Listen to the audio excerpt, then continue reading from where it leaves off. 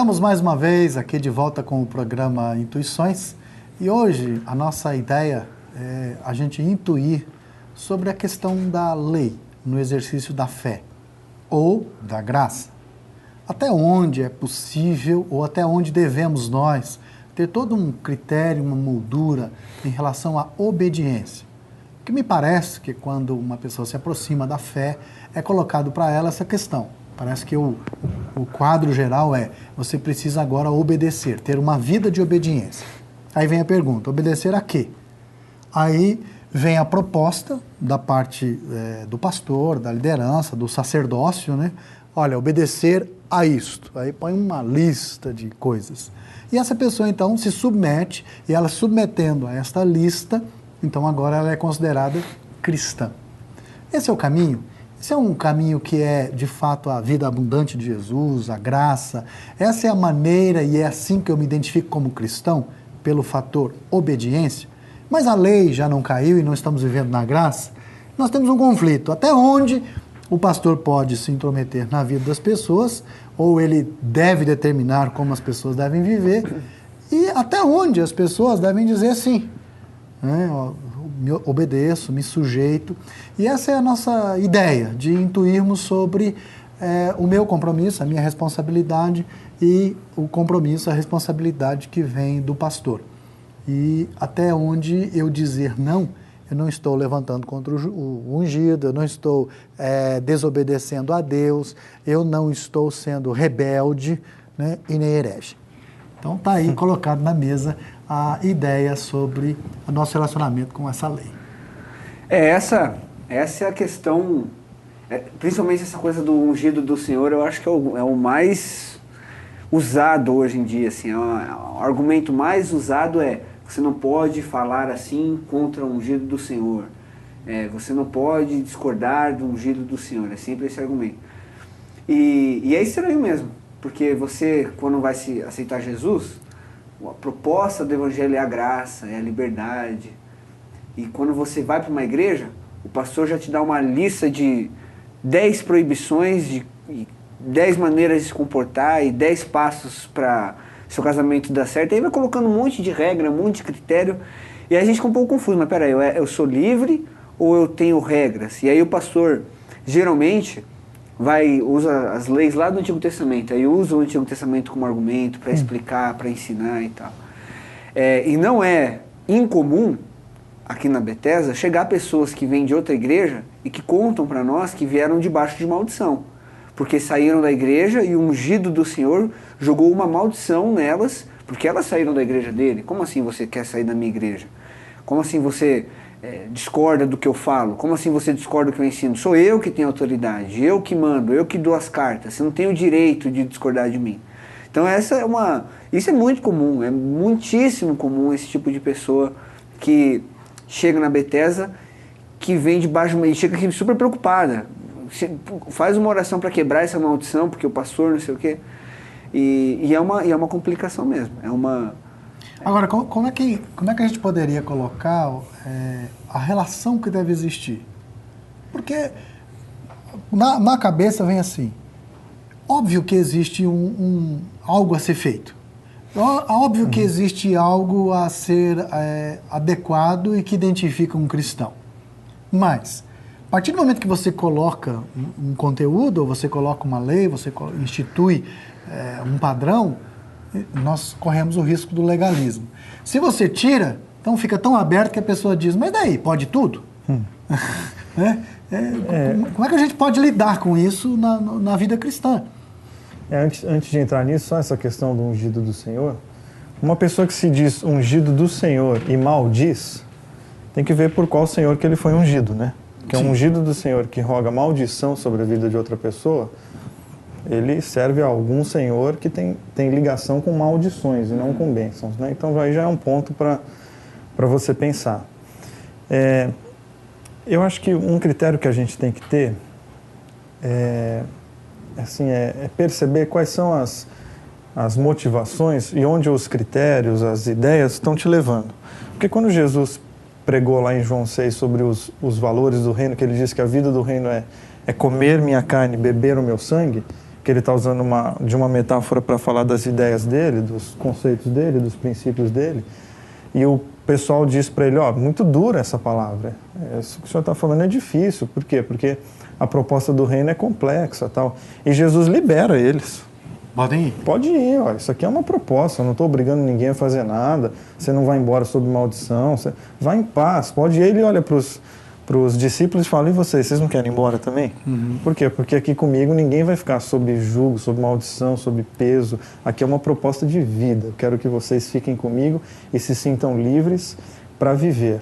Então, quando você pega como o Lucas falou, a gente vem para a igreja com a proposta da vida abundante prometida por Jesus. Aí você chega aqui, tem uma série de regras que a pessoa tem que obedecer, e elas estão muito mais ligadas à conveniência da denominação ou do pastor do que com as coisas de Deus. E elas escravizam, elas são punitivas, elas são mais cheias de não do que de qualquer outra coisa. Então eu por aí eu já descarto.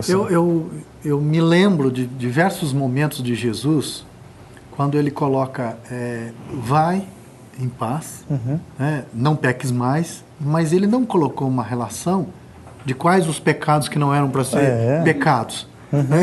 Mas eu acredito que quando ele diz assim, não peques mais, ele está tratando de um assunto específico com uma pessoa específica. Sim. Então, quer dizer, esse jeito de você viver e a maneira como você estabeleceu a sua vida é que deve ser rompido, esse ciclo, e você vai para uma outra vida. Lida de um outro jeito com a sua humanidade e com as suas relações. Quando ele liberta o gadareno dos demônios, ele diz assim, o gadareno diz assim, não, eu vou contigo. Ele fala, não, vai para sua casa, vai para os seus. E ele não dá para ele um manual, um credo. Sim. Né? Dá para ele, passos. Dá para ele uma única mensagem, fale dessa libertação. Fale dessa vida livre, porque se o Filho libertar, verdadeiramente é livre. Mas dá a impressão que para nós, para a pessoa, é assim, se eu tiver o que é chamado de chão, né? Se eu tiver uma regra, então aí eu sigo essa regra e toco a minha vida. Estou garantido. Estou garantido. Eu sigo essa regra, toco a minha vida e eu não preciso ter responsabilidades outras na vida. Eu não preciso incluir na minha vida como um todo Cristo.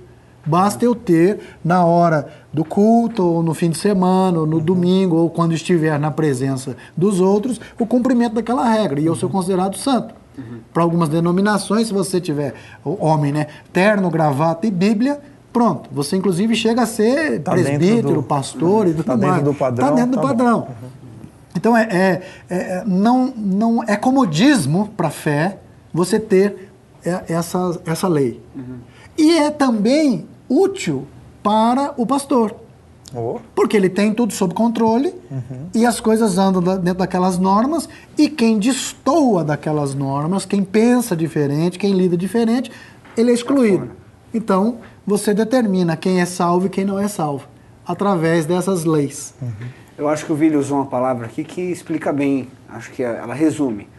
É a conveniência, porque a religião se torna conveniente tanto para o pastor, que dá uma cartilha, dá uma regra, dá uma lei, e assim ele mantém a sua igreja em ordem, sob controle do que ele julga ser importante. E o membro da igreja, aquele que vai até a igreja, se sente salvo, né? Se sente dentro, se sente seguro, garantido de que está cumprindo aquela cartilha, está cumprindo aquela regra, então ele está garantido, não tem nada que me tire daqui da... Então vira uma conveniência tanto para o pastor quanto para o membro. E aí que está o grande problema da religião. Não perco a minha salvação, exceto se eu furar com um item da cartilha. E torna-se uma espiritualidade mecânica, né? Então, você está obedecendo a cartilha, então a tua vida pode estar uma bagunça, o coração está completamente... As relações familiares um caos. E vamos resolver? Não, mas nós estamos cumprindo aqui com tudo que o ungido lá mandou fazer, a gente está fazendo. Tá, mas e a tua vida, e teu coração, e a vida da tua mulher, e a vida dos teus filhos? Esse é o grande perigo da religiosidade de conveniência, porque ela é falsa, ela não existe. E geralmente essas cartilhas são extremamente egoístas. Elas dizem a respeito de mim, elas nunca dizem a respeito da minha família, de como eu tenho que tratar o próximo, de como eu tenho que me comportar em sociedade. É geralmente a respeito de uma prática minha só, individual, Imagem. que diz respeito basicamente ao que eu falo, teoricamente pretendendo controlar o que eu penso e quase sempre, via de regra, sobre meu comportamento sexual. A cartilha geralmente está baseada nessas 3 coisas. E esse é um grande problema. Por quê? Como o Vili falou, quando Cristo ensina as pessoas e ele dá a proposta, que é vocês comam da minha carne e bebam do meu sangue, que é uma metáfora de vocês precisam me imitar, vocês precisam ser como eu sou, ter o meu jeito de pensar, a minha forma de agir.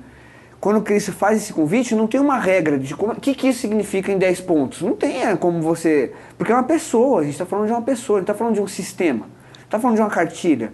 Tem que olhar para a pessoa e imitá-la. E aí é muito complicado, e é mesmo. Então a espiritualidade cristã, ela não pode ser resumida a 10 passos para. Ela é muito mais complexa, porque nós olhamos para uma pessoa e procuramos imitá-la em toda a sua complexidade.